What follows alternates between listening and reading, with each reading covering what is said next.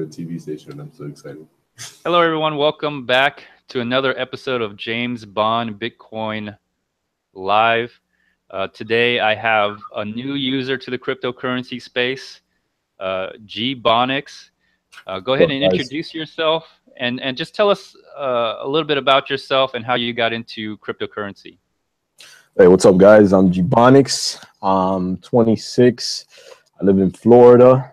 I got into cryptocurrencies watching YouTube and learning about our financial system and how banks run things, and basically what the government likes to do with our money. So I was really interested in the financial aspects of our economy, and I just really educated myself every day. And I bumped into Bitcoin.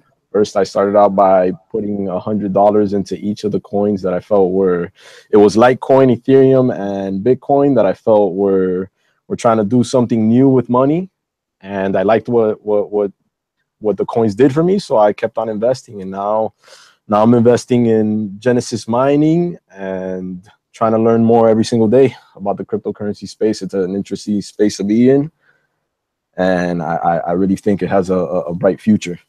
Even though we have all these little technical issues, it's still very promising. It's an awesome space to be in.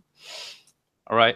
I want to make it clear for the audience that Gbonikz is totally new into the space, and his view is untethered, untarnished by anything. So what he says is basically what a new user into the space would be coming into. And then of course I have Brian McLaughlin.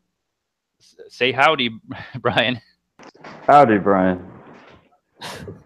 Excellent. Everybody knows Brian already. So, but the focus is on Gbonikz here. So let me ask the first question.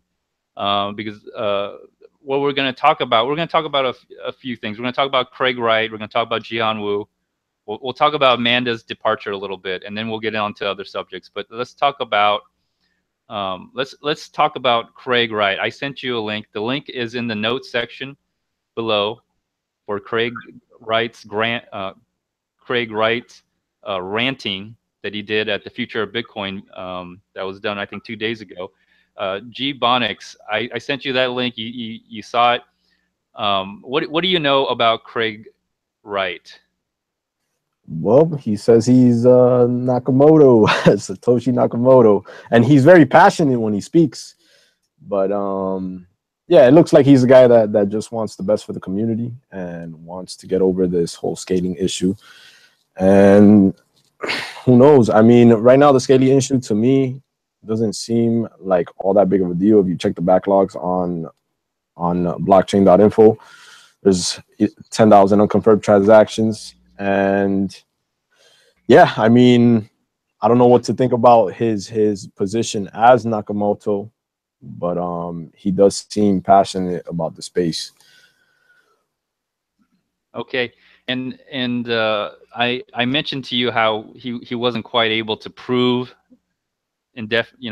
positively that he's Satoshi Nakamoto. But if he was Satoshi Nakamoto, right? Let's just say he is, okay? What do you think of him after watching that video? I mean, is that a person that you would agree with and would want to follow and implement all his ideas into Bitcoin? Would you agree with that? I would follow his initiative to try to solve the current issue that's in the Bitcoin space right now. That I would. As far as like pushing people to do it, like being aggressive about it, I'm not sure that's going to work out. But I mean, we do have to get over this scaling issue, because Okay. there's many other currencies that are trying to get to where Bitcoin is. And like we saw this year, I mean, Ethereum got really close in market cap. So the pressure is there. The pressure is building up. And you could sense it. You could sense it, because me myself, I've had days where I don't want to use my Bitcoin just because like I'm still not sure which way this is gonna go. You know what I'm saying?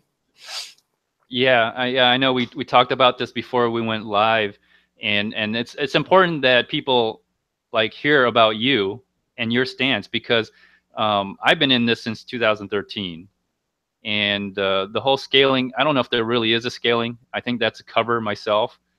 But we have two groups. We have the miners, and then we have the developers, I think, that are really fighting here.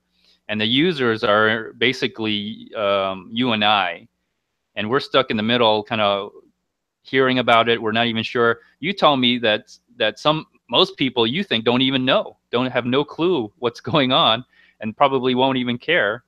But the real battle, I think, is really for the users, and I think it's important for the miners and developers hear what a new user is seeing, because I have to agree, it's in some ways brought down Bitcoin's market cap or market dominance, because you were saying something like, if you took all the altcoins, and you're not the only person that says that. You know who else says that? Tone Vays says this too. If you took all the altcoins and you put it into Bitcoin, Bitcoin would be worth what, $5,000 or $6,000 right now? Around 6,000. Around 6,000. When it was at over 100 billion market cap, the whole cryptocurrency market, it would have been like 6,279 with what the current circulating supply was. So yeah, I mean, Bitcoin would be fulfilling the dream that everybody has said it would, reaching almost 10,000. Who knows? But people who want to make quick profits, it's expected that you would fall into something else that could give you faster gains to get back into Bitcoin, which is, it's like people want to play in a casino. People want to treat the cryptocurrency market like a casino. Right. I have to agree with you on that, because I think someone's spamming. I personally think someone's spamming the network, and I think other people have admitted. You know who Charlie Lee is? Yeah. By any chance? Yeah. Charlie Lee has even admitted that there's nefarious actors spamming the network and driving the fees up. And from what I can tell, I have to agree with them, because it seems to coincide since I've been watching the blockchain, it seems to coincide when Roger Ver comes around and starts making videos or going out with his campaign about larger block size. That's when I noticed the transactions in the mempool reach up, I think recently, up to 150, 160 transactions in the mempool, and the fees were reaching like $2 to $3. That's just on a one. I think that's one input and two outputs. And in a situation like you, where you're mining, you're cloud mining with Genesis Mining, you're getting these little payments come out, right? Yeah. And when you send out a transaction into a wallet, you're having like like 58.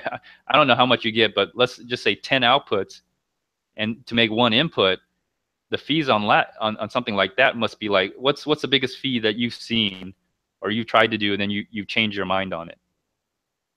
To send something out? Yeah, in Bitcoin. I think it was like $8. $8 for what? How much were you trying to send out? Yeah, I was trying to send out like over 1,000. 1,000, but that's typically you don't pay that much. $8. How many outputs? How many transactions did you have coming in on that wallet? That I couldn't tell you. Was it more than like 5 transactions? Like, did you try to group 5 transactions and send it out as one transaction? No, it was just one. Okay. Well, I'm sure you must have had a large output, or your fee on your wallet must have been screwed up a little bit from which I think is a spam. So, okay. So yeah, I think it's I think I think it was the miners, in my opinion, that drove those transactions up and the fees up, just to get a bigger block size. So anyways, let me go to Brian, if are you available now, Brian? I'm here. I just All right. can't be seen for the moment. Okay, no problem. I was wondering, what did you think about that video with Craig Wright and his ranting? What's your take on it? Wow. I watched Craig Wright stand up there. I thought he was going to have a coronary or a heart attack. And this guy, he got up there and he basically threatened all of us that if we didn't do his bidding, it was going to happen and we were going to be screwed if we didn't follow him.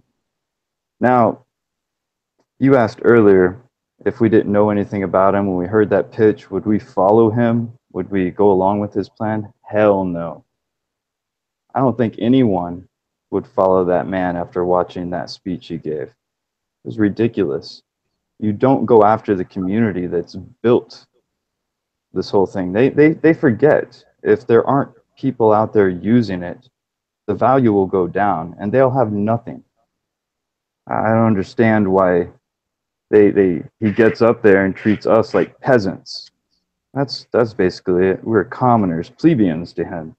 Oh, and if we don't understand, it's because we're not mathematicians. He's much better at math than any of us. It's all there. It's all written for us.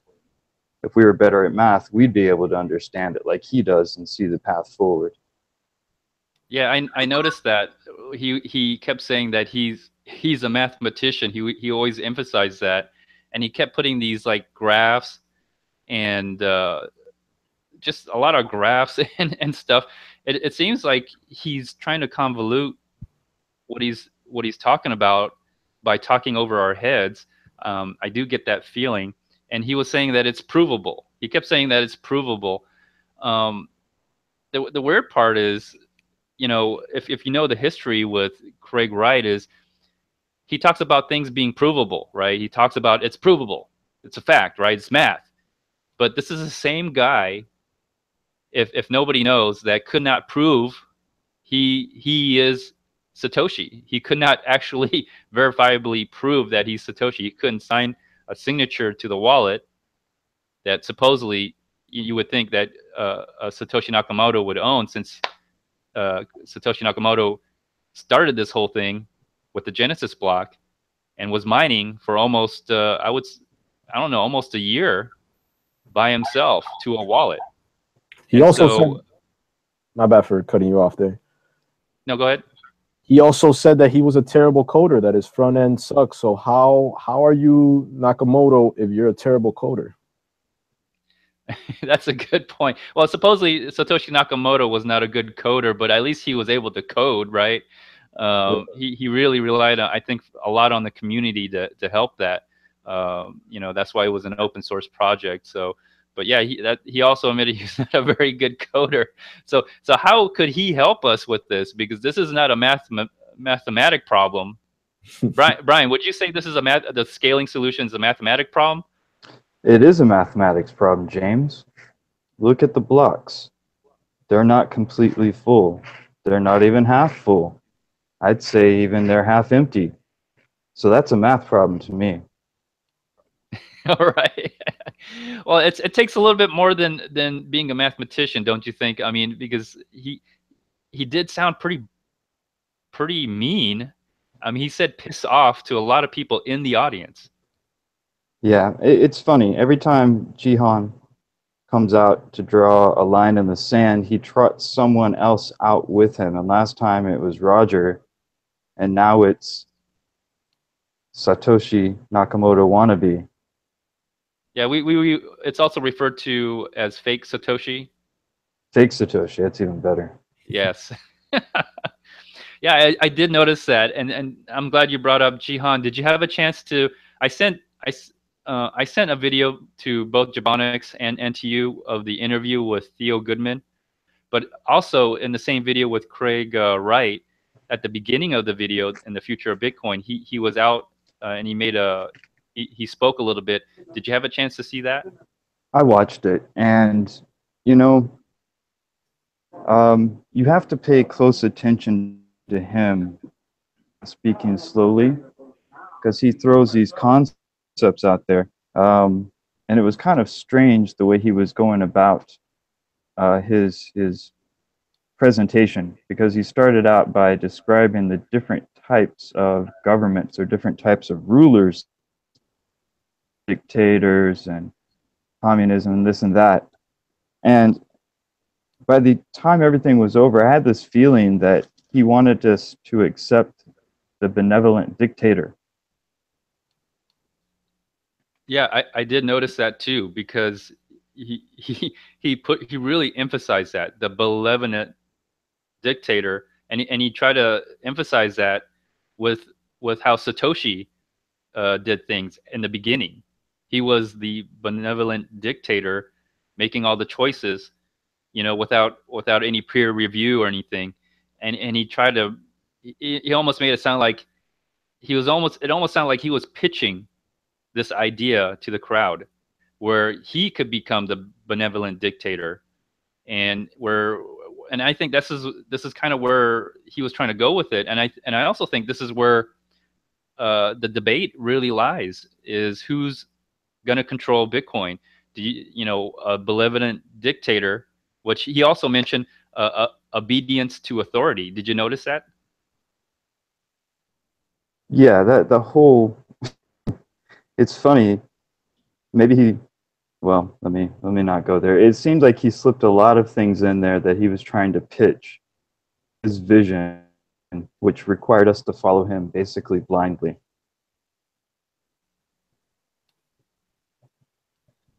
Yeah.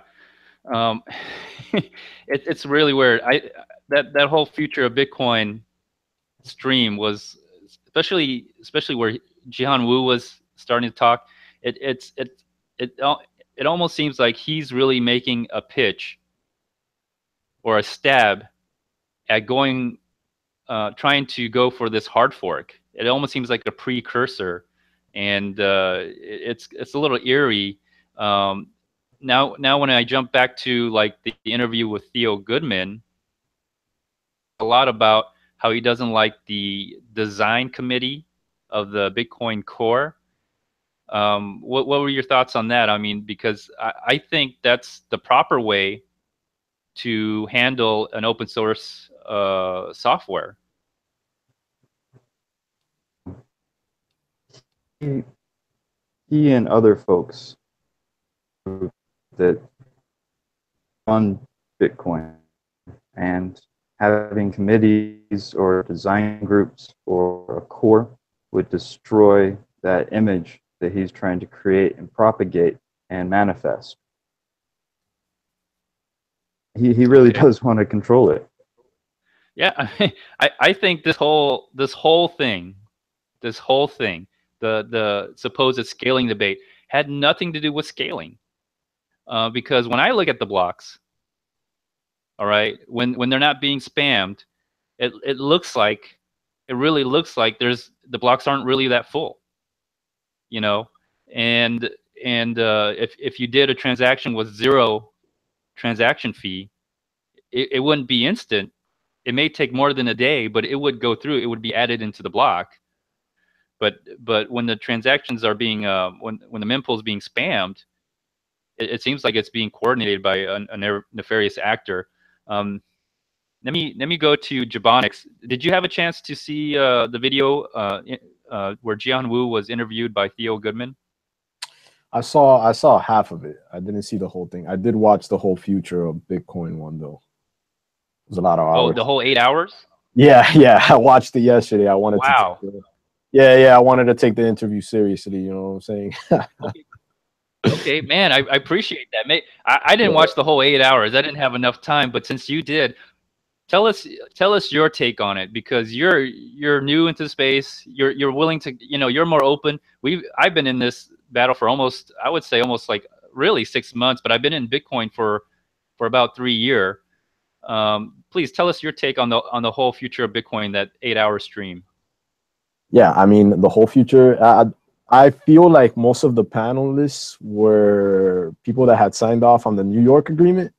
If I'm not mistaken, I mean, it looked like to me the heads of Bitmain and all of that, and I feel like that panel was for people who were trying to push the 2 mega block, the 2 megabyte increase. So I don't know. I mean, it did sway my opinion, and I do think that something needs to get done. But then again, if you're saying that the blocks are not even full, then this could be all orchestrated, and it's just to cause like panic in the space. So I don't know. Those thoughts have crossed my mind too. Well, yeah, I'm it's glad- highly likely that they are doing that, because when you cause panic in the space, people sell, the price goes down, you buy cheap Bitcoin, and the price goes back up. Yeah, the way I've approached it is, if you're always buying, you don't care what the price is, so you just keep on buying. Yeah, I'm glad you said that, because I think there is some kind of a PR campaign or some FUD campaign being orchestrated by, and I think it's by Jihan Wu specifically, but also in general the Chinese miners, because if anybody's going to benefit, it's going to be those guys. Because you know, have you heard about ASIC Boost? Yeah. Okay, you heard about ASIC Boost, and supposedly in the interview with Theo Goodman, it's not that much. It's only $1 million, $2 million, you know, savings. But yet, you know, he's patented in Japan, not Japan, in China. He's patented ASIC Boost, or a form of ASIC Boost, covert ASIC Boost, and he's also done it on testnet, and it's also in the chips that's out in the miners. But he claims he's never used it. I'm gonna do my Jihan Wu voice. No, we not use ASIC Boost. I'm just joking. I did that in one of my past videos. But still, he claims he never have used it. But why put it in the chips? You know, that's have you ever thought about that, or have you ever heard about this? Nah, I haven't heard about that. Okay, because and have you heard about ant bleed? Ant bleed, can't say I heard about that either. What I did hear is that Segwick blocks out ASIC Boost. So Okay, well, ant bleed was supposedly a kill switch to all the Bitmain miners. okay, so, I have heard about that. Yes. Okay, because when he originally threatened to hard fork, it sounded like he was very, very confident that he could pull it off. That was almost back in April, maybe a little bit before April, May. He was very confident that he could pull it off, and I was surprised that Theo Goodman didn't ask him about ant bleed, because that was something major as well, and it was apparently it was found in the miners as well. That it appeared to be where he would have hard forked and gotten enough hashing power, and he might have switched off everyone else's ASIC Boost or everyone else's ant miner to make sure that he can successfully do a hard fork without any competition or without any splitting. Now that you've kind of heard about it, what are your thoughts on that? As just if you just heard about it right now, wouldn't that be him disabling his own machines? no, it's any mining ant miner. So if you bought an ant miner, he can remotely kill it. Oh man. Yeah, I mean that would be a blow to the community. That I don't think he would want that on his head. Okay, I mean, I'm just talking about it now because I know you're new, and maybe you didn't hear about it, or maybe you haven't heard our take, or at least my understanding of it, because this is not something I made up.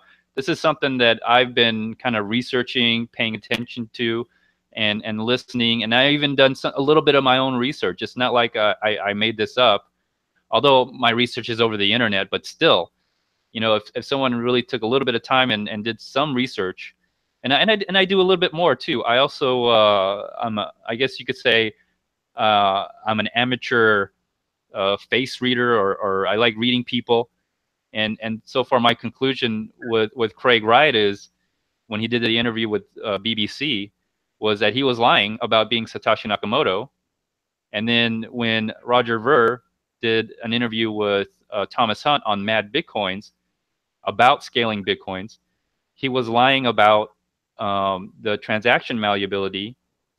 He basically said that transaction malleability is not as important as larger block size. he was basically saying larger block size is more important than the transaction malleability. And when he said that, when I did my reading at that point, he was lying.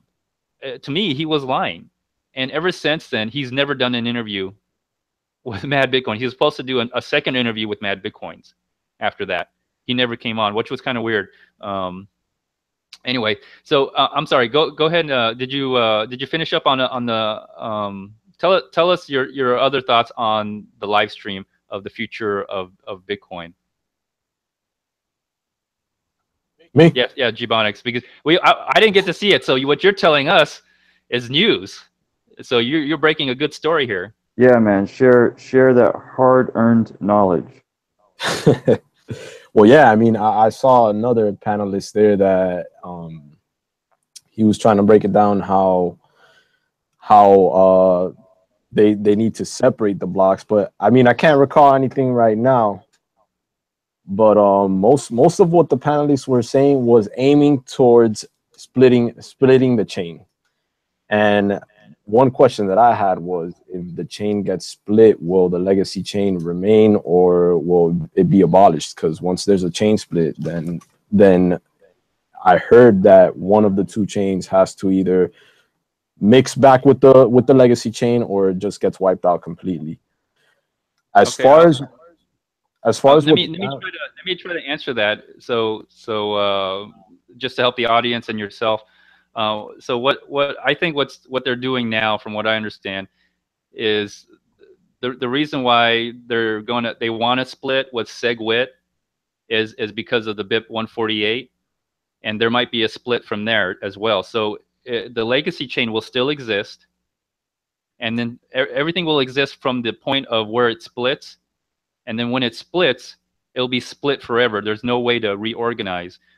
Before, when the miners had no plan whatsoever, before the SegWit 2x, there was a chance that if BIP 148 did succeed and there was a split, that left the miners vulnerable to being wiped out, to being reorganized back into the BIP 148 chain. Now that if they do a hard fork before that happens, before BIP 148, basically that permanently splits the chain in two. So and they will not come back together again. There will be no reorganization back into one chain. It's permanently split. And so the miners will have their way. And if the developers split off with some hashing power, the developers will have their way, just to answer your question. But please go ahead. Yeah, so most of the panelists were also, sharing their sense of urgency to get something done, to take action, to increase the usability of Bitcoin globally. And that's what most of the panelists were saying, and that's what I got from it. Like, I can't go into the technical stuff that they were saying, but like that's what they were like trying to relate to the. Did you feel like there was a, but did that sense of urgency, did you have a feeling yourself of sense of urgency, like something needed to be done immediately? I myself, yeah. Since this whole thing started, I myself have felt the sense of urgency because, like I said, I mean, I've been using Dash instead of Bitcoin for other things, like for my upgrades and stuff like that. And if Dash, I just saw a news article today that Charlie Shrem is trying to come up with a prepaid debit card for Dash. So when stuff like that starts happening, people would just switch over to cryptocurrencies that they can use. So yeah, I feel the sense of urgency is definitely there. For a person like me, okay. I started out this year investing in Bitcoin, hoping Bitcoin would be it. You know what I'm saying? And now all of these problems are popping up where people are looking to Litecoin. And I've read a few articles of already running businesses in Italy and other places that are switching from Bitcoin to other coins because of the fees. There was actually one panelist on the Future of Bitcoin's stream that he was a business owner. And he started out the same as me. He was all about Bitcoin. And it got to the point where he had to ask himself, does this even make sense to use Bitcoin? Because I can't be telling my customers that they have to deposit a large amount of money to even be able to use it. So it is a huge feel. Like the urgency is definitely there. I would say if Bitcoin, you know, you don't want Bitcoin to become the MySpace of social media. Okay, Like that's in the no, that's cryptocurrency.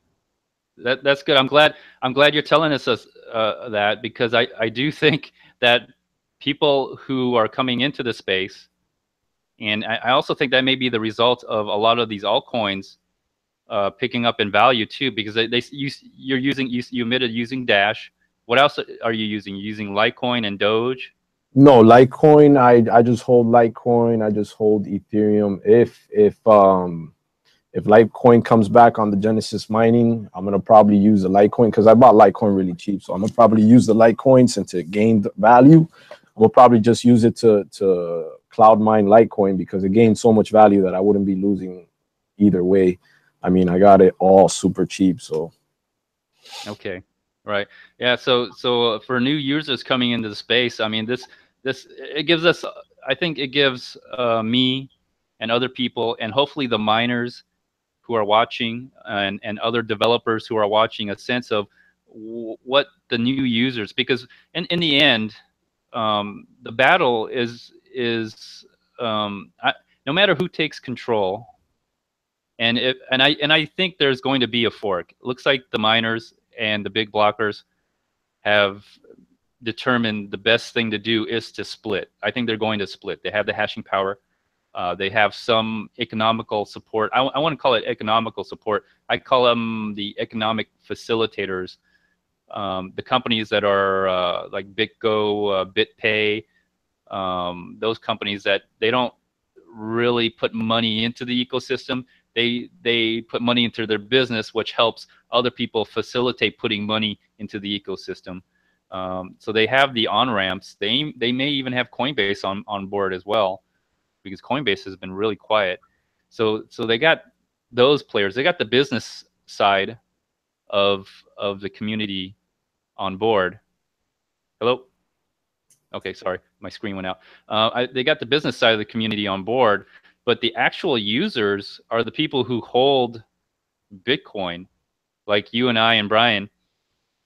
So even if they do split and the developers pull enough hash power, you know, the ultimate decision is going to be up to the users. Where are they going to go? Are they going to follow, you know, Jihan Wu, or are they going to follow the core developers? If it does split, you will end up with basically two Bitcoins. You'll have to wait a little bit to figure out how to pull each Bitcoin, very similar to Ethereum and Ethereum Classic. I think Craig Wright said that it's not the users who control Bitcoin. You know, that guy's full of shit. You know, he's not, the users are in control of Bitcoin. The users will ultimately, if the chain splits, the users will decide where to take their Bitcoins and which one to dump, in my opinion. But some of the knowledge that you know, Gbonikz, from now, like what we talked about, you have a couple options. You're gonna have two Bitcoins. You know, one side is gonna be Craig Wright and Jihan Wu. The other side is gonna be Bitcoin Core and some of the other wallets and probably some other miners. Yeah. If you had the choice, if it did split right now, I mean, would you hold on to both for insurance? Would you dump one for the other? What would you do? What would I do? It all depends. It all, like I said, in this game you might have to pivot. So I would take the most profitable pivot that I can. Okay. The do you know about the Bitcoin futures by any chance? Bitcoin futures. Yeah, there's Bitfinex has two future coins out. One's called Bitcoin Core, the other one's called Bitcoin Unlimited, and it's like a futures market. Have you seen the prices for those two futures market? No, I haven't seen that. All right. So the Bitcoin Core coin is basically Bitcoin with the core developers, is what I would call it. That's why it's called Bitcoin Core. This current software that everyone's using for Bitcoin. I think that's valued at $2,000. Bitcoin Unlimited, the coin with the 2 megabyte increase, supposedly the one that Jihan Wu and Craig Wright is scaring the shit out of you, scaring everybody with, that's worth $200. Now, when you look at those two prices, and you told me you would go with the with the coin that has the most value, which one would you go with? I mean, if it came to that, I would actually go with both coins. I would play my part in both coins, just like Ethereum and Ethereum Classic. Okay, all right, that's fair enough. But with that said, I would say that Bitcoin kind of loses some credibility. So my trust would go to Dash as a coin to be used on a regular, everyday basis. once the technology allows for it to be done that way. Understandable, and we should listen to you, because the future of any coin is getting new users into the coin, right? And so if this fight, this so-called scaling debate, is causing other users to other altcoins, I mean, the miners should listen to that, and the core developers should also listen to that. I mean, I'm sure they're listening, but specifically the miners, because if they're trying to take control and they think everyone's going to follow them, they may be surprised when no one uses their network. What's going to happen when I might lose trust too. And other people have said they're going to stop using Bitcoin. They will literally stop using Bitcoin, and they'll leave this space because this experiment is dead, because they can do this with Bitcoin. They can do this with Dash. They can do this. I would say Ethereum is almost pretty much that way as well. Let me get to Brian real quick on his thoughts of everything he's heard. He's probably enjoying listening to this. So go ahead, Brian. Well, I think it's funny that you mentioned that there was a theme amongst the speakers, and that was the forking, right? I saw Satoshi Dan was live earlier, and he talked about a leaked batch of emails from Jihan Wu, and they all tended to lean toward him talking about processes for making the chain break, for making the fork. So it's been his plan all along, and it's been his plan since he threatened it a year ago. I'm only 4 months into this space myself, and I got in and I hear about all these arguments and lines that had been drawn in the sand and bluffs that had been called, and it didn't shake my faith in Bitcoin at the time. Nothing could have. When I got in, it shot up like $1,100 pretty soon afterwards. So Bitcoin and I were good. But someone coming into this space now, they're going to be very wary of Bitcoin. And it's interesting that you choose Dash as your alternative, because a lot of people are choosing Litecoin. So Litecoin and Dash right now might be the places to go because of the turbulence in both Bitcoin and Ethereum. Yeah. I mean, I have more Litecoin than Dash. But I haven't seen a way to use Dash. So Dash is just a promise for now. I mean, all the altcoins are just promises for now. The only one that I can use, actually, even Steam is becoming one that you can use well with block trades and stuff like that. So Steam is becoming one that's actually, you can use all of them, but you got to trade it back into Bitcoin. Now, if there's a split, I wouldn't know how the exchanges or anybody is going to handle that, because everything gets, for you to use any altcoins, they get traded back into Bitcoin. So I'm still a little wary about that. Sure, unless you use Litecoin or Ethereum and go through like Coinbase, and then you can get fiat for those. Yeah, exactly. There was something that came out in regard to Jihan Wu and the hard fork. Well, it was that the SegWit 2x compromise was really just a stall tactic to delay SegWit propagation on the network. Maybe to stall the integration of Litecoin and Bitcoin. Because we haven't talked about this awesome guy yet tonight, I'm pretty sure, but Charlie Lee, he got his business done at Coinbase, and he got SegWit going and enough people on the network and its acceptance. And then he left to go work on Litecoin because his plan was to get SegWit on Bitcoin and then all the other awesome things he's promised to come about. But maybe Jihan Wu and his cohorts don't like that plan. They don't like interoperability. Interoperability, well, that's going to take away from their centralized model, I believe. Yeah, good point. I also put in the link for those conversations that you had in the chat. So if anybody wants to check that out, feel free to do that. I also put those in the notes sections after the show. But yeah, so Brian, you think that Jihan Wu's plan, after hearing him talk in the future of Bitcoin and in the interview, you think his ultimate plan is to basically centralize the Bitcoin network? Yeah, he already believes that he is the central authority of the Bitcoin network. He just keeps getting proven wrong in reality. And maybe he thinks he's just allowing things to happen until his master plan takes effect. But yeah, his whole discussion was predicated upon someone controlling everything, and that person being him. That's what he's selling. That's all he's selling.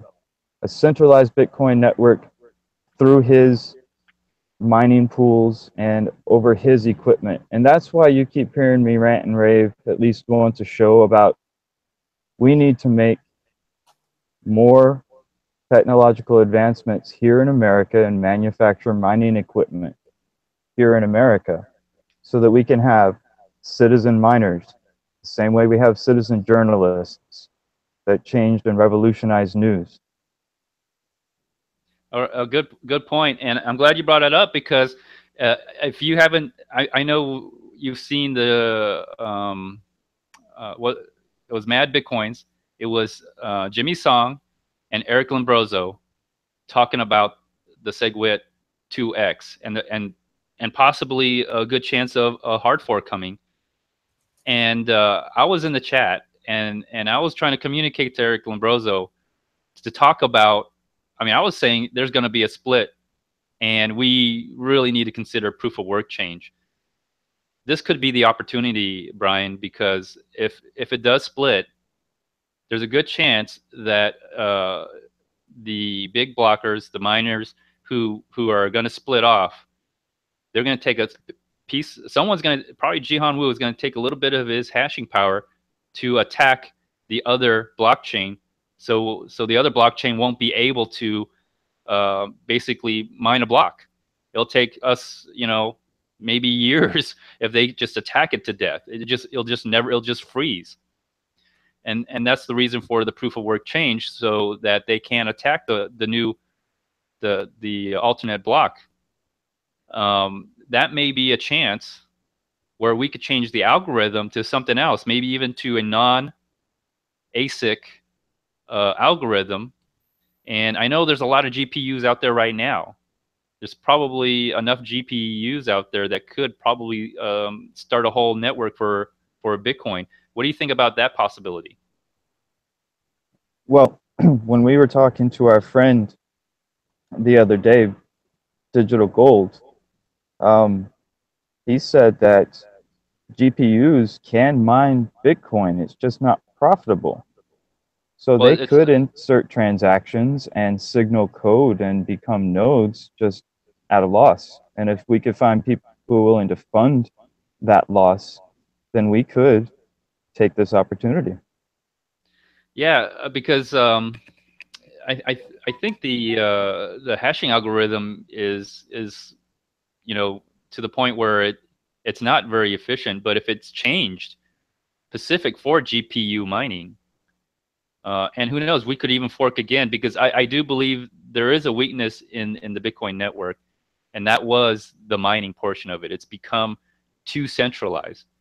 And my biggest problem is that if we're trying to build a decentralized network, right, and we're trying to stay immutable, censorship resistant, and absolute free will. In other words, we can send coins to anybody anywhere without permission. And if it becomes centralized, that becomes a point of weakness where you have something essentially what you would have right now before Bitcoin, where you have these centralized systems that may or may not allow you to transact, have control of your money. And so that's why I'm not for centralization, whether it's through miners.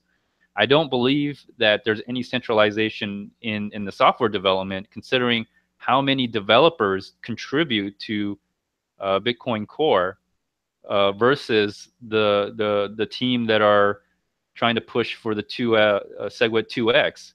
I think there's less than 10 developers working on that, and then you have Bitcoin Core where you got at 100 contributors. So I would follow the chain that tries to stay decentralized the most as possible. And for me, that means no entity, no particular group, and no person has full control of the network. It is completely decentralized. And in order for everyone to make any changes, a super majority has to come together to do a hard fork. And so I do agree with you, Brian. I think GPU, a proof of work change, my personal opinion, a proof of work change, a reset on the mining overall would benefit Bitcoin. It would hurt it in the short term, because all the miners out there who have invested in money in doing this, they're essentially they have to restart too. But considering there's a lot of miners right now, there's probably more people who are mining with GPUs than with ASICs, and I mean like people, individuals, because ASIC mining has become so specialized that you have to buy from Bitmain in order to have a mining rig. If you try to build your own, you're not gonna be as efficient and profitable. So switching the proof of work to something like a GPU mining, or maybe something else. And plus, recently I heard AMD and NVIDIA are making GPUs for mining. So we have new players in the game, new manufacturers who may not be so centralized. Let me go back to Gbonikz here, and I know you say you're into Dash. Recently, Amanda B. Johnson took a hiatus. What are your thoughts on that? We'll have to see if she comes back. I mean, she might have gotten in trouble for something she did, but I think she just wanted to take a break. I'm sure we'll see her face around though on YouTube again, because she's been doing cryptocurrency news for a while, so I'm sure we're bound to hear from her. Do you know a little history on her? Like she used to do the daily decrypt. Did you know that? Yeah. I started watching her before she did Dash Detailed, when she was doing her other show. Right. So I find this recent hiatus interesting because I'm a little concerned with the hard fork or the split. I'm pretty sure there's going to be a split and a hard fork. There's going to be a hard fork, and the community is going to have to split unless something dramatically changes. Because one of the things I do is I look for signals in price charts, and our recent drop in price and the sideways movement tells me that the market is unsure. The speculators are out there. They're not sure. They're uneasy. They don't know what to do, whether to buy or sell, and the price has been going sideways. And then I see Amanda Johnson take a hiatus for whatever reason, and whether it's related to the signals. I look for signals as a speculator. as a trader, and just analyzing things as far as price charts, and things seems to come together in waves. And so and the other thing is Ethereum, with its backlog issues and scaling issues, it seems like all these things are coming together at this moment in time, and I think that's one of the reasons why we've had a recent price decrease. Would you say there's something to it? Because what do you think about this whole thing where Amanda Johnson's leaving, and it seemed to be abrupt, and it seemed from when I watched the video, she seemed to indicate that she may not come back as, you know, Amanda B. Johnson for Dash Detailed. She's going to be an investor, was her kind of words that she put it. Do you think that's a sign maybe for troubled times as far as price for different cryptocurrencies? I mean, I do see a pullback.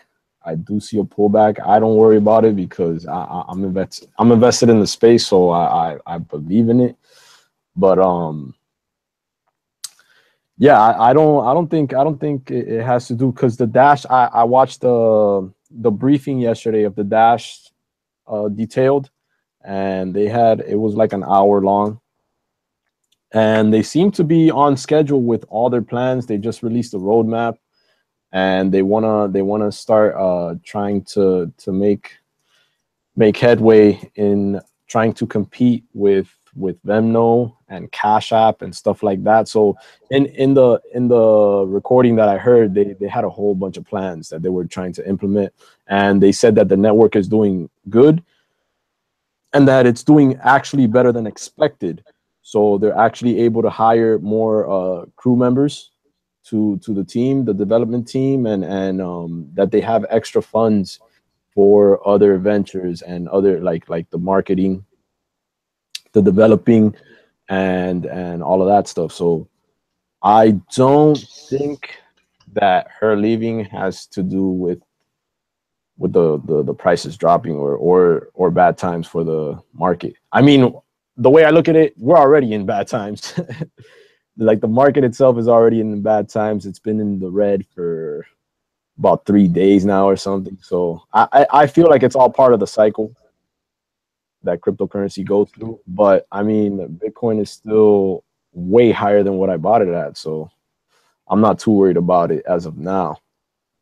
I saw cryptocurrency as a long-term thing. Like, to me, I never thought about cryptocurrencies like, oh, let me get rich this year and start splurging. My thing was like, let me build something that has a potential to increase over time and you know, appreciate. And I wanted to kind of talk about a little bit what you said. You said they had a little bit more money in the marketing. Do you think because when Amanda started her show, the amount of Dash she wanted amounted to only about $500, you know, in the proposal. Now with the price going up, it's about $10,000 a month. And you think maybe she was, you know, let go, and that money could have been freed up to get 4 Amanda Johnsons, like not Amanda Johnsons, but like get 4 other people to market for the same price for 1 Amanda Johnson? Yeah, I believe it's something that's undisclosed, that, you know, that they're not gonna, probably can't even say why it happened. But I don't think it has to do with any losses of funds and having to remove or bad things happening in the market. Dash itself as a blockchain, I feel like they're doing incredible. I mean, not too long ago, it was like, I started getting interested in Dash when it was around $50, and now it's remained steady around 165. So their blockchain is doing great, and the circulating supply is tiny, even compared to Bitcoin. Any coins with low circulating supplies are good bets. All right, and that's probably due to the masternode that they have. A lot of coins are probably tied up to that. Yeah, I myself told myself that I wanted a masternode.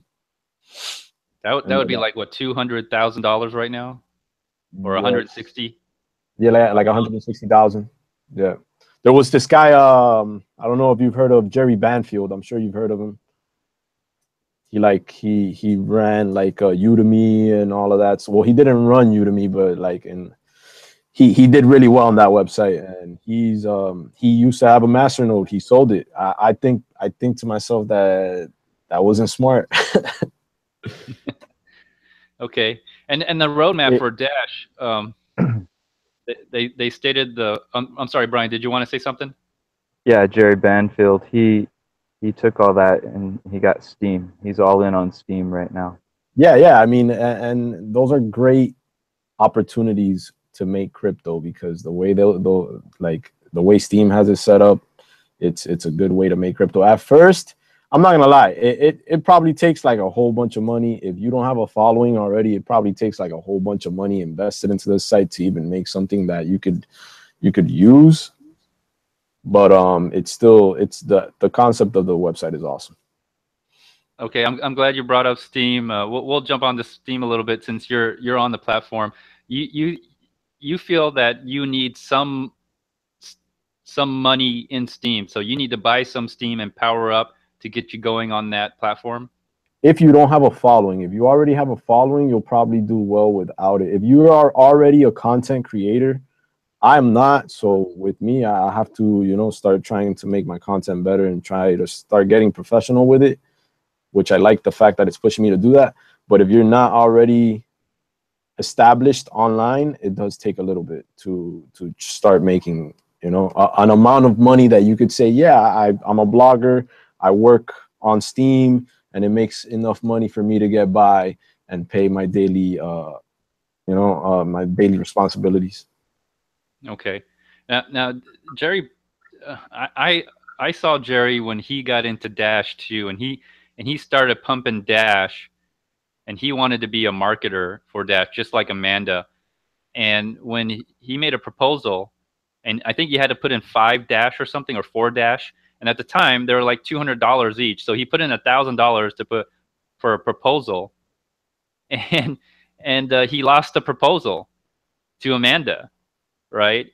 And then he lost 5 Dash. He lost the amount of Dash you need to submit a proposal, and he was on live stream, basically complaining about all that for like an hour. He didn't lose it to her. They actually had money left over in the budget that could have funded him. They just chose not to fund his. They downvoted it instead of upvoting it. That's it. Oh, okay. So they just didn't want him at all, and so he lost it, and he was complaining. I wonder if that's the same time he sold all his master nodes. Yeah, he did right after that.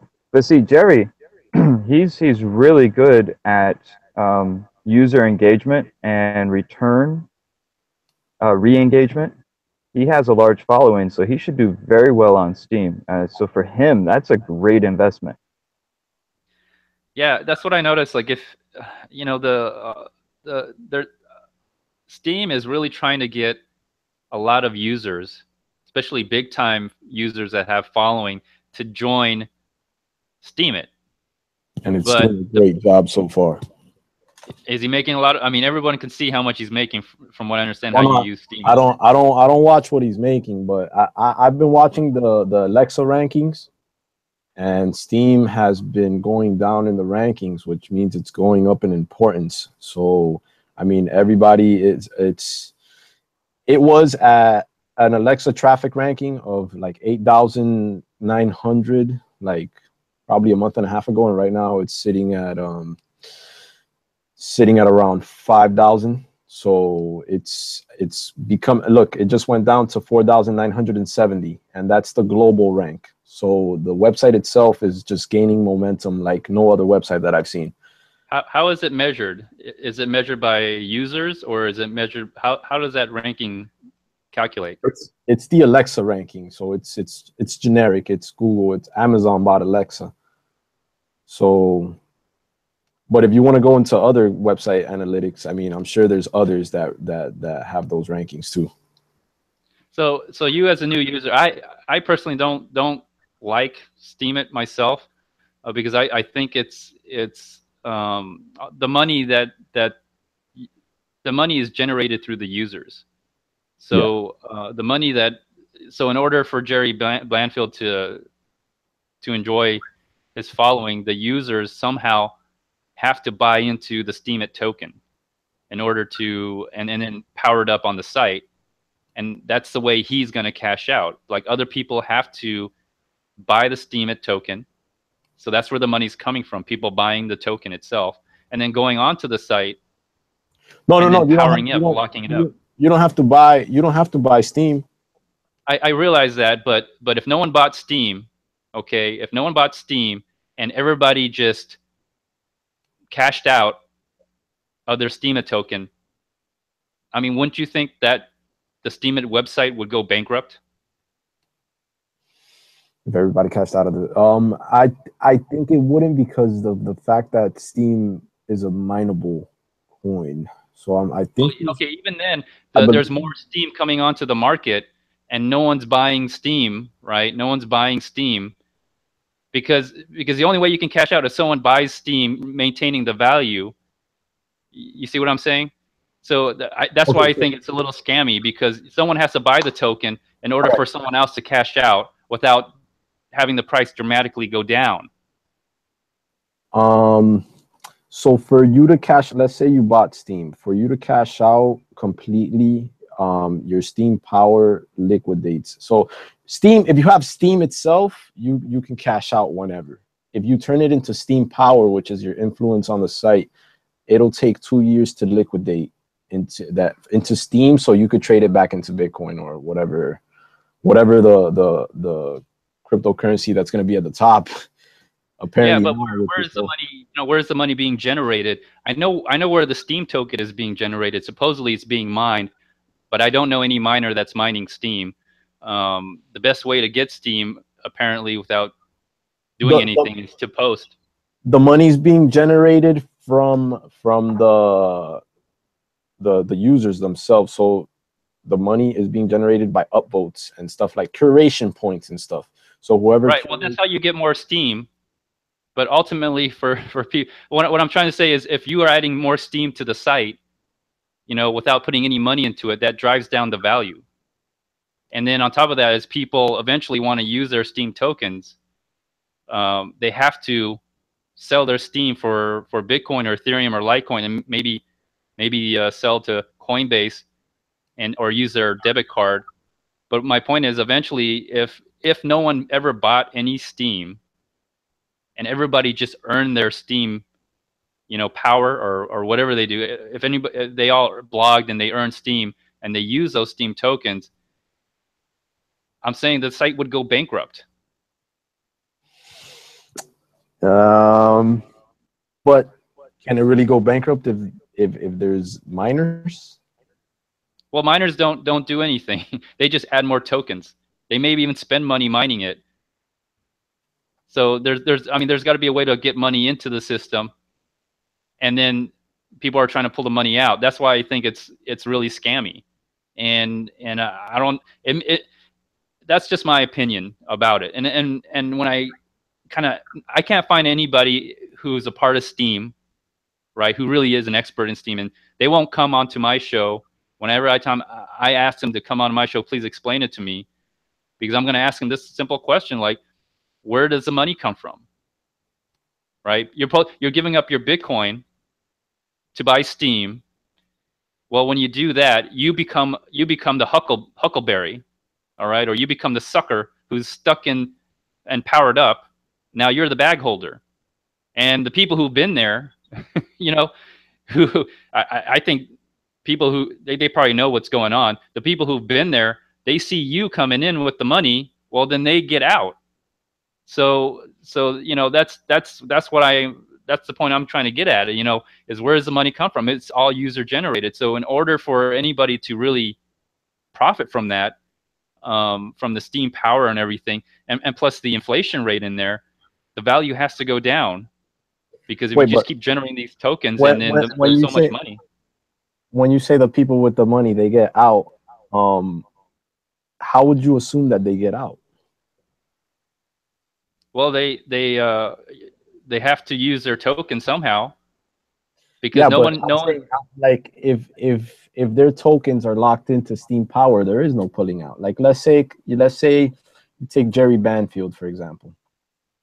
Jerry Banfield can't pull out. He's He's all powered up 100%. he's all powered up, so he can't pull out. He would have to wait the 2 years for his Steam Power to liquidate because what anybody on Steam is doing is trying to get more Steam Power.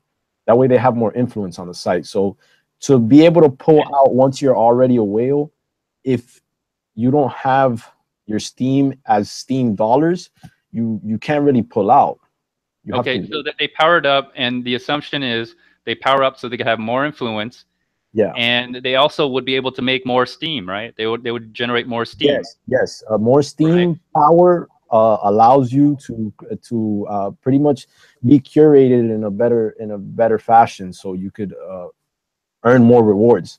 And the rewards you earn are Steam dollars, and those Steam dollars you could trade on block trades for Bitcoin, Ethereum, Litecoin. Yeah. But if you want to use it, you trade it for Bitcoin, so you could put it on your BitPay card, and that way you could swipe Steam. Okay, yeah, I understand that. It seems like it's inflationary, and then it also locks you up for 2 years. So it seems like a huge pyramid scheme where you generate. It seems to me like you need a lot of users to support this site.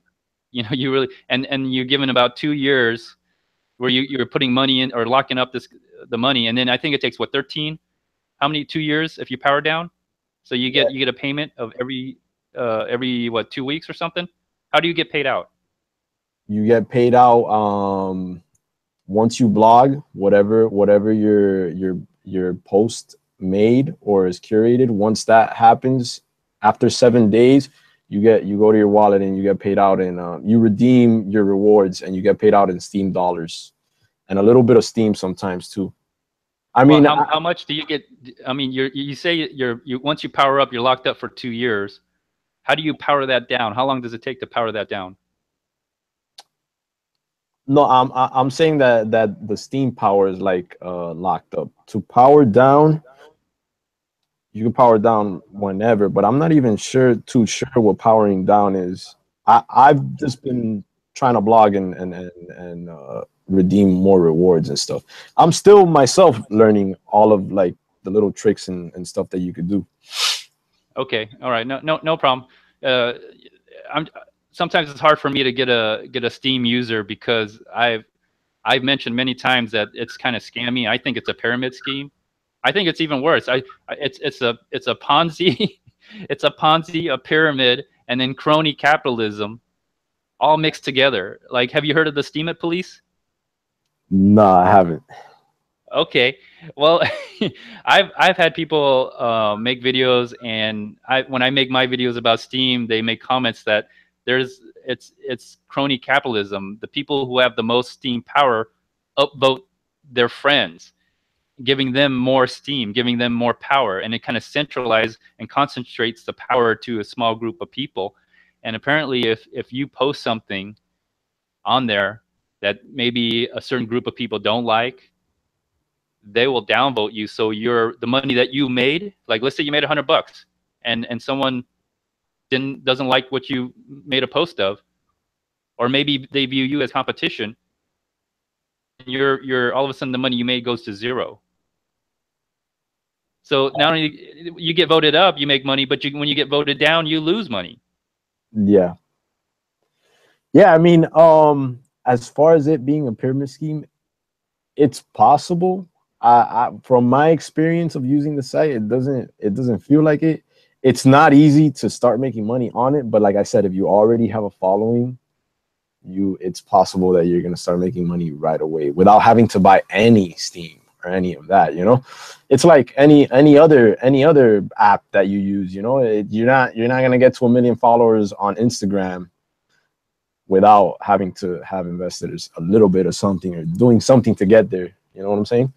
Right. I feel like I feel like it's a better experience than Facebook, because what does Facebook do for me? It doesn't really do much besides me seeing old friends from elementary and stuff like that. But there's actually like useful information on Steam. Like if you go on there, you read a couple blogs, there's a lot of intelligent people that go on there and just write and share valuable information on it. I always find good articles that I like. Okay, how much have you made on Steam so far? How much have you actually cashed out? Cashed out? I wouldn't say I've cashed out anything. I'm not like one of the top bloggers. Anything that I have cashed out, like as far as money wise, I put it right back into Steam Power. So as far as Steam Power, I would say I've gotten like around $75 to $100 in Steam Power. Okay. But you like it. You think it's worth your time in doing. I think it's worth my time in doing. And I've seen, like I said, I wanna become better at this whole YouTube thing, and try to do work and create better content and actually do my research and like try to grow the channel. I know YouTube is not an easy thing, but I think I can get better at it. Okay, no problem, no problem. I mean, I respect your opinion and everything that you're doing. I just have my opinion, and hopefully you respect mine as well. Of course, of course. Brian, likewise, I like dialogues, not arguments. Right. I don't know if Brian wants to add anything into the conversation. No? Okay. All right, then. Just Steam. Just Steam? It's just Steam. Oh, man. Literally, it's just Steam. I'm a Bitcoin maximalist too. I like to dabble with whatever's on the table. Okay, right. Whatever gets you more Bitcoin at the end of the day is fine by me. Oh man, if I would have gone by that, I would have bought into Rip at a penny. Mm-hmm. Well, I have a question for you now. How are you cashing out now, or how do you plan on cashing out? Because eventually, everything is a virtual token or a virtual currency. It really doesn't exist at all. It's in computer land, internet land. Although Bitcoin, I have to admit, is more real than any other coin out there, because you can redeem Bitcoin for a product or a service in online or in physical reality. You can also even find someone who is willing to buy your Bitcoins with cash. And that's what I mainly do. I do a lot of peer-to-peer trading. And not only that, it's not an easy thing to come by. Although Coinbase does make it easy.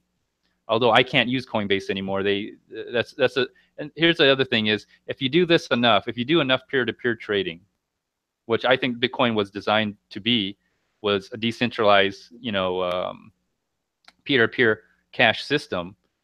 And when you start working with these centralized exchanges, like even Bitstamp, maybe even not the fault of Bitstamp at all, like Bitfinex, no fault of their own, you can't cash out. Wells Fargo will not, process the wire transfer to do that. And so that's one of the reasons why you see the price of bits on the Bitstamp on the Bitfinex exchange being lower right now. They need people to send money over there somehow. And what people are doing is they're really sending their Bitcoin and then dumping Bitcoin into their tether. That's why they're lower. But Coinbase may not allow you to, for whatever reason, who knows, may not allow you to withdraw or use your debit card. Bitstamp as well, Kraken. So at some point, you may have to go peer-to-peer. And Bitcoin, of all the coins, are the easiest to trade peer-to-peer than any other coin, because I have not found anyone to ask me for Ethereum or Litecoin or even Dash. Although you said did you do a Dash trade with the Wall of Coins? Yeah, Dash is being sold on Wall of Coins now too. But as far as cashing out, like I consider Bitcoin like an active investment. I've never even thought of cashing out. I have the Shift card and I have the BitPay card, and I would just like to be able to integrate the coins into my daily purchases. Okay, like you actually use Bitcoin for purchases. Yeah. when it becomes cheap. I bought a Pepsi with Bitcoin, but that was just to make like a video for YouTube and stuff. Okay. What about Dash? Have you been able to use Dash as any payment? No, not yet, not yet. I'm looking into cards that allow me to do that, like the 10x. Litecoin either. I mean, I've used Ethereum. I traded Ethereum with one of my friends and stuff. I got him into Ethereum, and he made $1,000 since he got into it. So, yeah. Oh, he made 1,000. So he bought in what about beginning of the year? Yeah, he bought in around like 20 something. He started buying around $20. Okay, yeah, he probably made his money. He probably only bought like what 10, 10. Yeah, 200 bucks. Yeah. 1,000 bucks. He was thanking me though. He was thanking me. He's like, man, thanks for that. Now, but has he cashed out? No. He's just like me. We hold it. If it's possible to use it at that time, we use it. If not. But I think he's only mainly traded with me because like I'm one of the only persons that he knows. Well, there's not too many people that are using cryptocurrencies, not yet. I mean, I've gotten a few of my friends that got into it, and now is when I have more of my friends coming up to me asking me about the markets, like, yo, you've been watching the markets, what's going on? But yeah. All right, so eventually you're just holding on to it until you can use it one day. Yeah, so I could integrate it into my life. As far like I feel like cryptocurrencies are gonna do big things. Now, let me ask you this, because I survived through the long decline from 2013, the peak of 2013, 14, all the way down to, I would say, 2014 when Bitcoin hit like 190. That was a year and a half of a very long decline. But what I was doing was I was trading peer-to-peer. So as the price went down, I was able to buy back in at a lower price until it hit bottom, and then eventually the price went back up. And now I'm kind of just holding onto these coins, and I'm not in a necessarily a rush. I still get trades. People come to me who want to buy Bitcoin. What are you gonna do if that scenario happens again, where we get a long downturn, and it seems like all the prices are following in the same direction? If Bitcoin goes down, most likely Ethereum, Litecoin, and all the other coins are going down. How are you going to manage that? My train of thought was, if Bitcoin goes down, it'll get overtaken by another coin. Maybe I'm wrong. If that happens, I'm still holding, and I will continue to buy more. Pretty much. Okay, all right. So how are you supporting this? Do you work? Not with the mining. With the mining, I was working, but basically unemployed right now, trying to start the YouTube thing. But yeah, when the price increases for the coins happened, I was pretty much like, yo, I don't have to work anymore. Okay, all right. And tell us your thoughts on Genesis mining as well. So you're into Genesis mining. The fees. How did you get into that? I was watching when I first started getting into it, I was watching a whole bunch of news and stuff, and then I wanted something stronger than the dollar, something that wasn't manipulated and stuff. So I was watching videos. I was also looking for ways to work at home. And then I started like seeing Bitcoin. I had heard about Bitcoin before, and I did want to buy some drugs online to see how the experience was. I was like, oh man, I want to see how this works. Like I could order it online, pay for it like that. But I never did that. And I started looking into ways of getting Bitcoin, and I wanted to see if there was a way to earn it instead of buying it. So I was looking at faucets and stuff like that. And then I saw a video on YouTube about the Genesis mining, and seemed like a good idea. I was like, because I did the math on faucets and how long it would take me to get a Bitcoin with a faucet, and the math worked out to 11 years. So I was like, 11 years? Nah, let me see if I could buy it. And I started by buying one Bitcoin at around 600, 700 bucks, and decided I just wanted to throw it into the mining. Once I got a large amount of Bitcoin, I threw it into the mining, and it's been an experiment ever since. Now my goal is to not even pretend that I have Bitcoin and just throw it all into mining to see if I can get to the point where I'm getting $1,000 a day in BTC.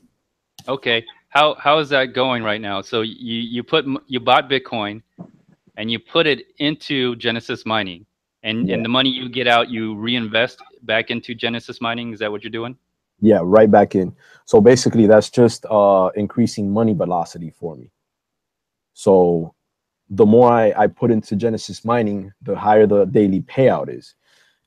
In my mind, how that's going to work is if I increase money velocity for me, it'll get me to the point. Like let's say Genesis mining is a fake company and they decide to run out, that would have me screwed. But if they're not, and I could use Bitcoin as a vehicle to increase how much money I make on a daily basis, then that's definitely a good route. Okay. How much have you put into it and reinvest? Have you calculated that much? It's over, I would say like over 30,000. Over 30,000, less than 50. 30,000, like 30K, like $30,000. Yeah. Okay, you put $30,000 into it. The what? And how much? What are your daily payments right now? The daily payments right now, the highest one daily payment got was to $267, and that's when Bitcoin was topping out at like 2,700, 2,800, and then it has gone back down to like $212 in Bitcoin. Well, like 0.0895 BTC. Okay.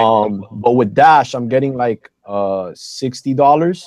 So I'm getting anywhere around. I'm getting like around $300 in crypto. No, like $285 in crypto every day. And that crypto, I'm just getting it and just throwing it right back in because I don't need the crypto as of yet. You know, like I threw like 3/5 of my portfolio into the whole cryptocurrency thing. And when did you start with the Genesis mining? How long ago? Was it beginning of the year, December? Yeah, the beginning of the year.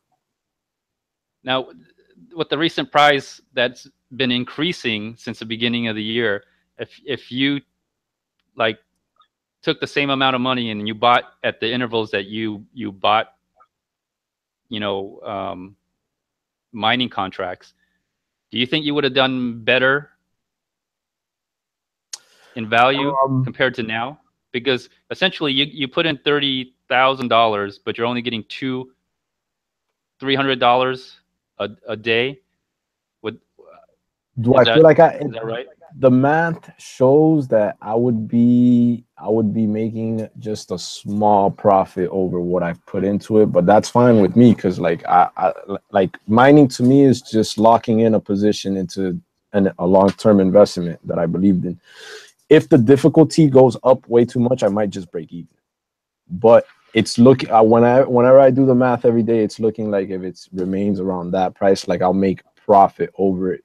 And then that's just profit in the first year because the way I look at it, it says open-ended. It says open-ended contract, which means it'll mine till my terahash can keep on mining. So the profit would be the breaking even would be on the first year of my initial investment, and then the profit would be coming in the second year. So I mean, to me, it seems like a good deal. To me, it seems like a good deal. People knock it. Like I don't know if you've seen the Bitcoin Meister. He says to run away from it. To me, it makes no sense to run away from it because if I could push an active investment to the point where I can manipulate how much I'm getting paid daily, how is that a bad investment? I'm trying to get paid for the day. I'm also thinking of the future, obviously, but I'm trying to get paid today. Right. I understand that, but I understand where Adam Meister is coming from because No, I believe in him. I believe in him. If I would have kept the Bitcoin that I had, the value of my Bitcoin would be around $70,000 right now, which is cool. But from the math that I'm getting on the daily payouts, it's looking like I would get anywhere around like 96, and that's just on my first year. And then it would keep. I could stop investing, and I would get my money back on the first year, and then the second year would be where the profits are coming in. Right, right. Okay, I understand that. I understand that. But you have to realize, you know, I've been in this space for like 2013.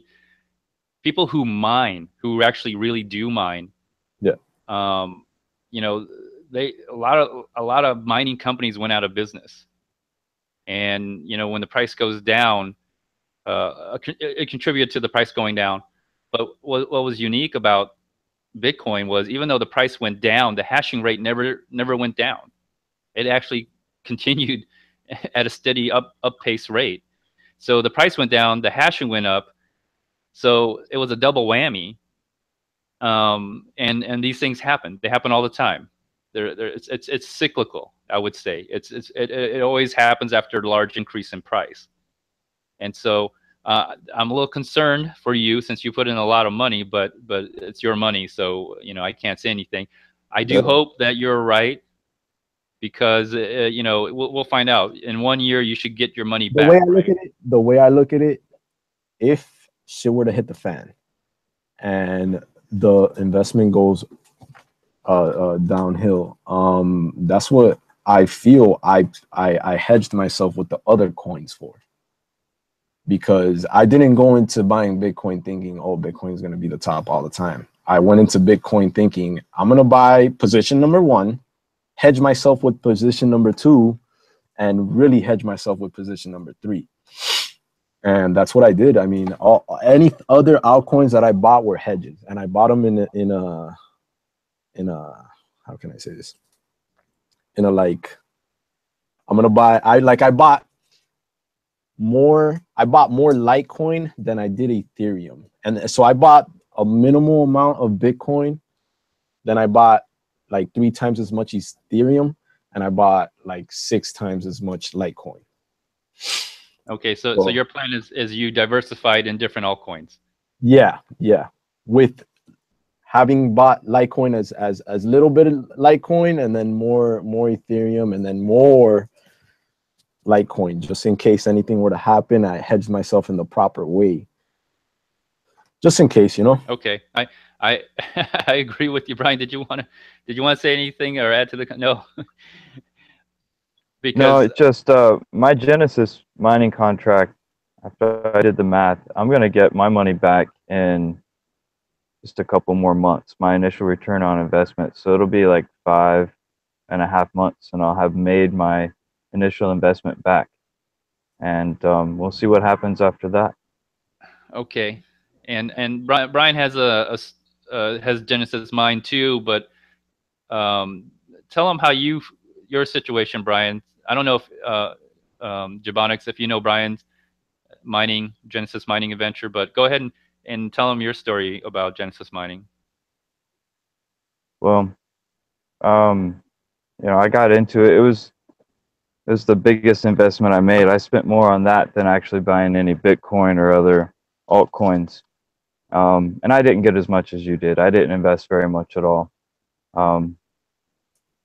The profession I have, I don't make a lot of money doing it, so I put away what I can. And so my biggest dilemma right now is the daily payouts that I get, which are funny. They're like 100th of what you get. So I'd be interested to see if you have 100th of the, or 100 times the hash power that I have on SHA-256.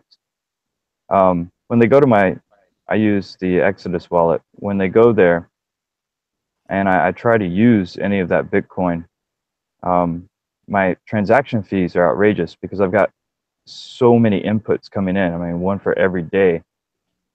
So I might have 30 inputs on a transaction.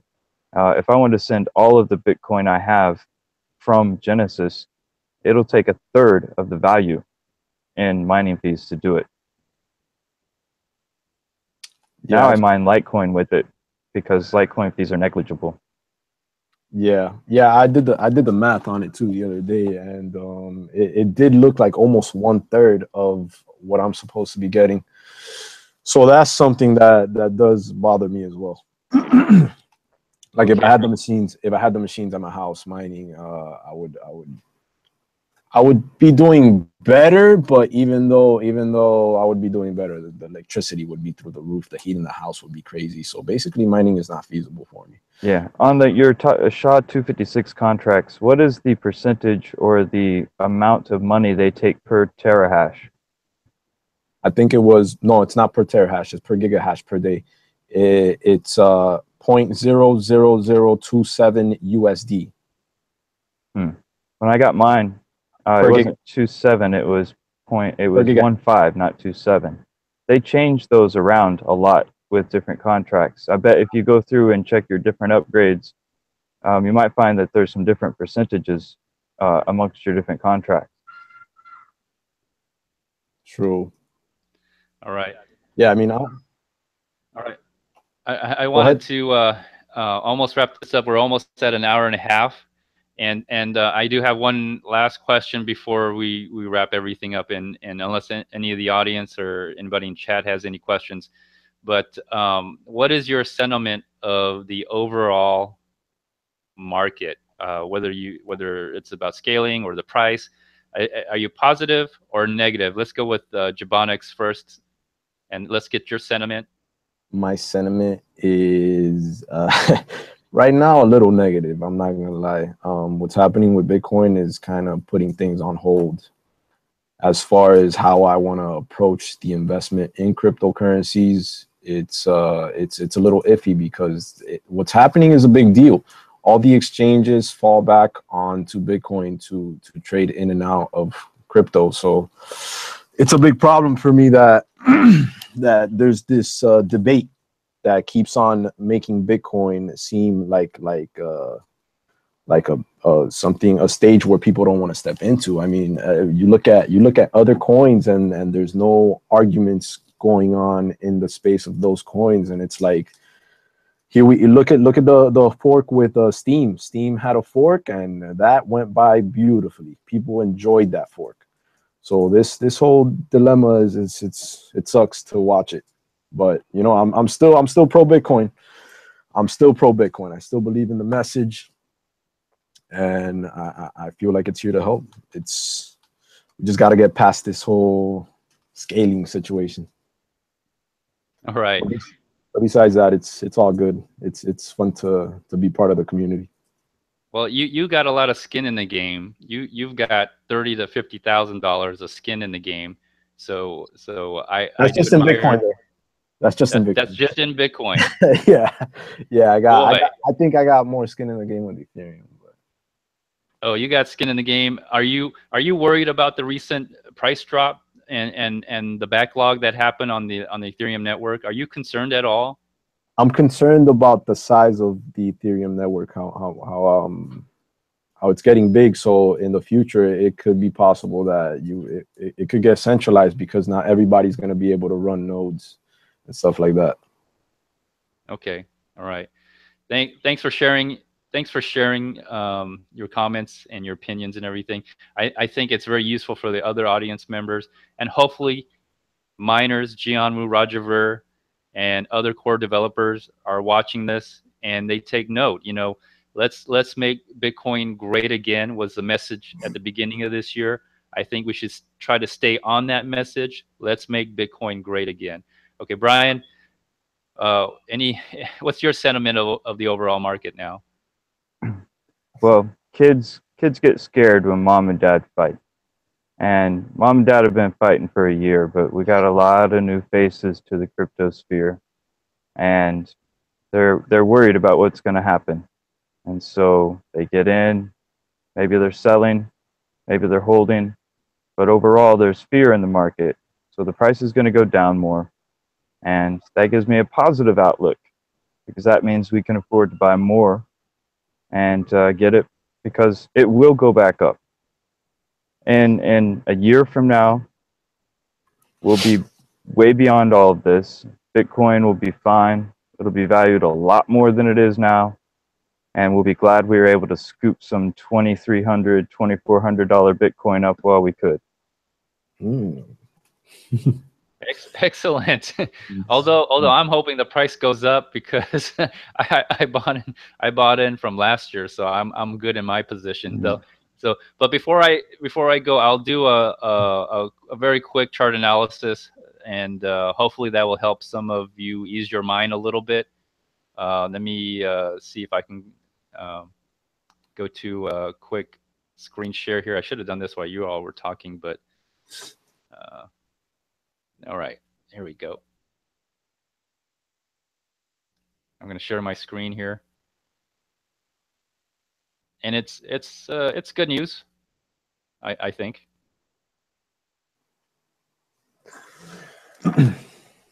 All right, is everybody able to see my my screen here? What platform is that? Yeah, we are now. Yeah. All right, excellent. Okay, this site is Bitcoin Wisdom. It's a free site, so anybody can go onto it. It has very simple tools. 12-hour on Bitstamp, and it looks like the price has gone up. And I'll just do a quick chart. And I don't think we're in a downtrend quite yet. Okay, no.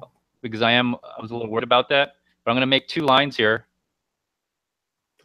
Yo, Bitcoin could hit 2,000. Yo.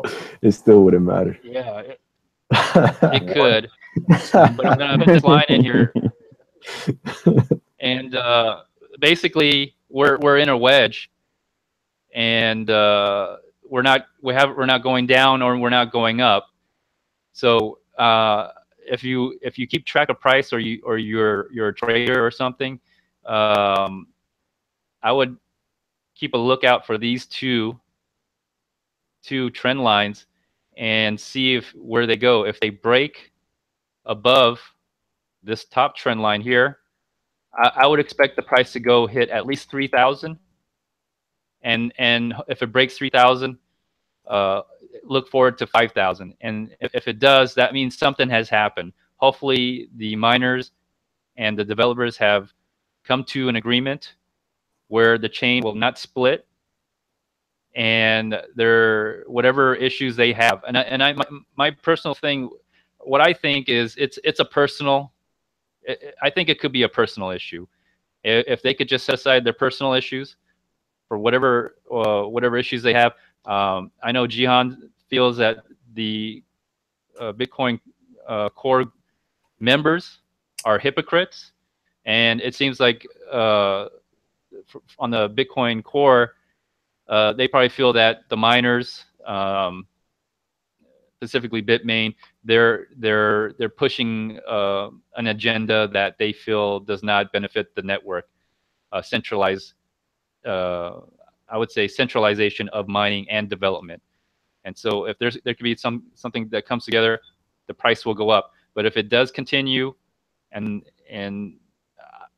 so far it looks like the network is going to split, and there's going to be a proof of work change, look for a break on this trend line, on the lower trend line. I mentioned from my last episode, Bitcoin James Bond Bitcoin Live, episode 11, 1,600 going down in price.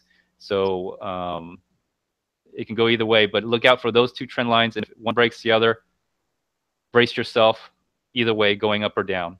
So that's my quick chart analysis for those who stuck around that long. Let me see if I can get out of here. You guys said, you mentioned looking at the blocks and stuff. If it's true that you guys have been looking at the blocks and they're not all full, then this has all been, to me, it would look like this has been orchestrated to be like something to scare people. That's what it seems like.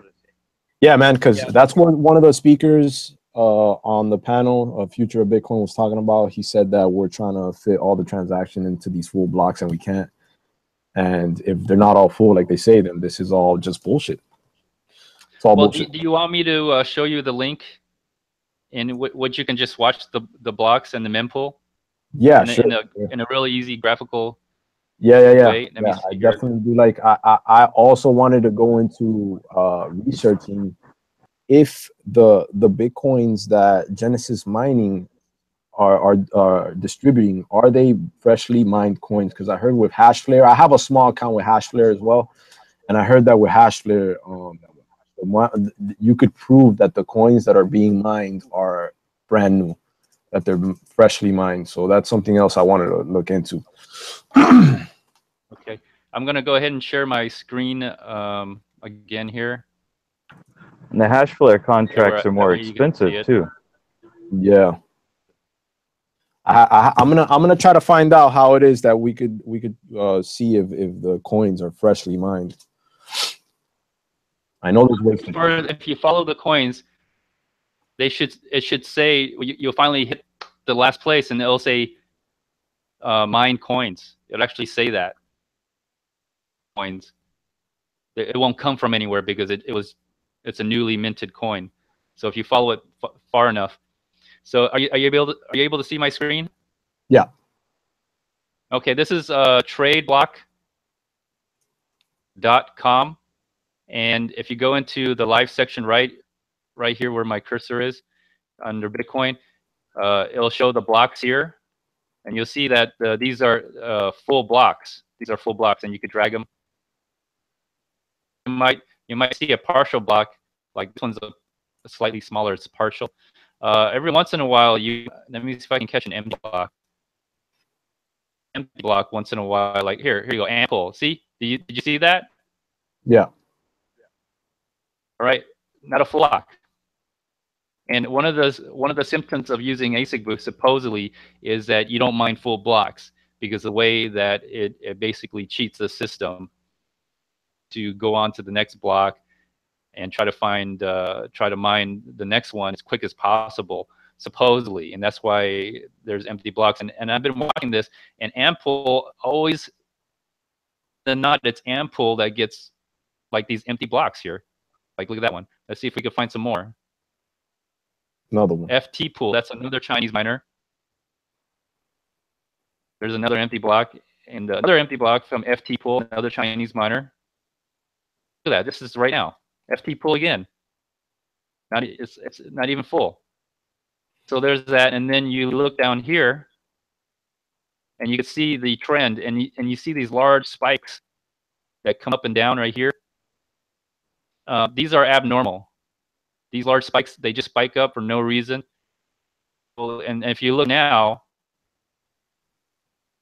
here, they're like 2,000, 3,000. And you see that right here. It says in the mempool. That's normal. That's normal because transactions are getting processed, and it's the range has been from sometimes it spikes up to maybe 10,000, but you see these weird spikes up to like what is that, 30,000? That's abnormal, and those are what's causing the high fees. Like I've been telling you that it's malicious actors, nefarious actors, sending transactions to themselves, probably miners, because it doesn't cost them anything to do that. It doesn't cost them any fees because they collect the fees on that. They collect their own transaction fees, so they're getting all their Bitcoins back. So they're putting out like all these massive paid for high transaction fees to themselves, and they're collecting all that and mining those into the block, causing congestion in on the blockchain. So if you take a look at this, monitor, watch out for it. You'll see weird things happen, and you have to question everything that Roger Ver and Bitmain have been saying on whether the blocks are full or not. Let me get back to you guys now. All right, there you go. All right, I guess this is it. This is going to be the end of this episode. Gbonikz, everybody, where they can find you. Yeah, man. You can find me on either Steemit, or I'm trying to get my YouTube channel to grow a little bit. It's Gbonikz Bits. And yeah, every video that I'm making, I'm trying to set a little campaign to grow it and stuff, trying to give out free Dash and make interactions with the community, cryptocurrency community. So I'm actually giving out some free Dash on my channel if you're willing to come by and give me a sub. Excellent. I also put your link in the description. I also put the video of Craig Rant ranting, or not Craig Rant, I'm sorry, Craig Wright ranting, and then also the interview with Jihan Wu by Theo Goodman. So please check those out. And of course, Brian, do you want to do the McLaughlin exit, or that was supposed to be the intro? But anyways, please tell everyone where they can find you, Brian. Just leave a comment on one of my videos. Don't watch them. They're all full of math, and you guys aren't mathematicians like I am, so you won't understand them because I'm better than you because I know math and you don't. Yeah, don't forget to tell everyone to piss off. Piss off, right? Oh, wow. I think, are you Satoshi Nakamoto by any chance? Anyways, thank you everybody for watching. This concludes this episode. And yes, you're welcome. And stay tuned for the next one. All right. Bye-bye, everyone. Good night, man.